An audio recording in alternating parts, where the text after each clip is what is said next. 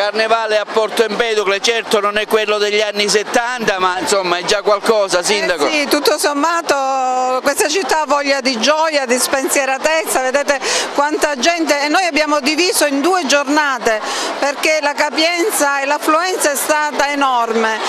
Stasera ci sarà un altro momento di festa in piazza, la partecipazione alle scuole è stata essenziale, ringrazio tutti, si sono sbizzarriti con la fantasia dal mondo animale, soprattutto considerando il mondo marino, il mare che per noi fa, diciamo, come linea conduttore di tutto, al rispetto del creato, alla questione alimentare. Qua vedete ci sono la Nutella, Fanta, insomma i pesciolini, ma anche tematiche di carattere sociale quali quella dell'immigrazione,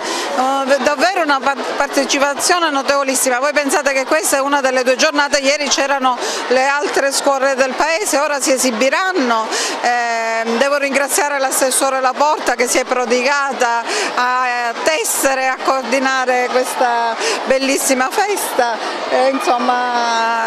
devo dire abbiamo bisogno di gioia e di rinascita in questo paese e finalmente sembra che le cose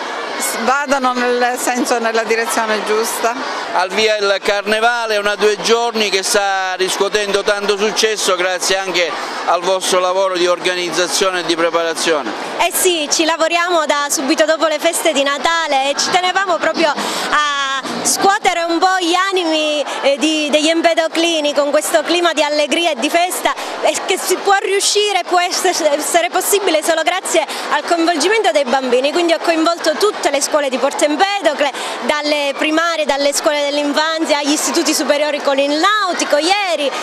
ad ognuno di loro abbiamo dato dei temi, sono stati temi molto educativi, si è parlato con l'occasione del Carnevale di razzismo, di accoglienza, si è parlato di riciclo, si è parlato di inquinamento e poi abbiamo trovato il grande coinvolgimento di empedoclini che hanno a cuore proprio l'armonia di questo paese, che sono stati i signori interlandi che hanno creato dei carri proprio da autodidatti bellissimi, ma abbiamo trovato anche il coinvolgimento della scuola di canto di Ina Invurna che ci ha offerto i suoi allievi e che oggi allieteranno la giornata.